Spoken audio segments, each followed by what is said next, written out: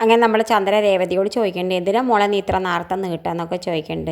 ആ കോലം വരയ്ക്കാനാണ് അമ്മയെന്നൊക്കെ പറഞ്ഞിട്ട്, ഇനി മുതൽ കോലം വരയ്ക്കേണ്ട, അവിടെ കോലം വരയ്ക്കാനൊക്കെ ഒരാളുണ്ടെന്ന് പറഞ്ഞിട്ട്, ആരാ അമ്മയെന്ന് പറയുമ്പോൾ നമ്മൾ ശ്രുതിയെ കാണിക്കുന്നുണ്ട്. എന്തായാലും ശ്രുതിയെ കോലം വരയ്ക്കാൻ പുറത്തേക്കൊക്കെ കൊണ്ടുപോകുന്ന സമയത്ത് നമ്മുടെ ശ്രുതി ഇങ്ങനെ അറിയാതെ ഉറങ്ങിപ്പോഴുണ്ട്. ആ ശ്രുതിയെ കണ്ടിട്ട് കള്ളനാ വിചാരിച്ച് ചന്ദ്രയും രേവതിയും കൂടി തല്ലാൻ പുറപ്പെടുന്ന സമയത്ത് നമ്മുടെ ശ്രുതി എണീറ്റിട്ട്, അയ്യോ അമ്മേ ഞാനാണെന്നൊക്കെ പറയുന്നുണ്ട്. എന്തായാലും അവർ തല്ലാതെ, എന്താ നീ ഇവിടെ വന്ന് കടന്നുറങ്ങണേ എന്നൊക്കെ കുറേ ശ്രുതിനെ ചീത്ത പറഞ്ഞിട്ട് ഉള്ളിലേക്ക് പറഞ്ഞയക്കുന്നുണ്ട്. പിന്നെ കാണിക്കുന്നത് നമ്മുടെ ശ്രുതി ചന്ദ്രൻ്റെ കാല് പിടിച്ചിട്ട് മാപ്പൊക്കെ ചോദിക്കേണ്ട, അമ്മ ഇത് ഞാൻ എനിക്ക് വേണ്ടിയിട്ട് ചെയ്തതല്ല, അമ്മയുടെ മോന് വേണ്ടി ചെയ്തത്, ഇത് അമ്മയുടെ സുധീര നന്മയ്ക്ക് വേണ്ടി മാത്രം ചെയ്തത്, അമ്മ ഇത് ആലോചിച്ചിട്ട് എന്നോട് ക്ഷമിക്കണം എന്നൊക്കെ പറയുന്നുണ്ട്. ചന്ദ്രയാണെങ്കിൽ ഒട്ടും ക്ഷമിക്കാൻ കൂട്ടാക്കണില്ല.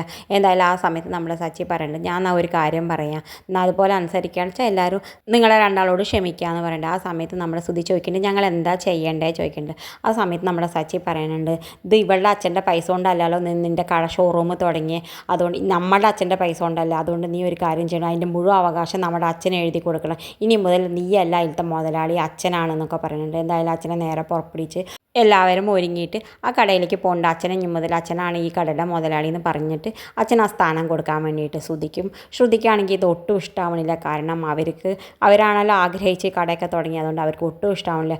എന്തായാലും സച്ചിയുടെ നിർബന്ധത്തിന് വേണ്ടിയിട്ട് നമ്മുടെ ശ്രുതി ആ കടയിൽ അച്ഛനെ ഇരുത്തുന്നുണ്ട്. അച്ഛൻ എന്തായാലും സന്തോഷത്തോട് കൂടിയിട്ട് ഇനി അച്ഛനാണ് ആ കട ഏറ്റെടുത്ത് നടത്താൻ പോകുന്നത്.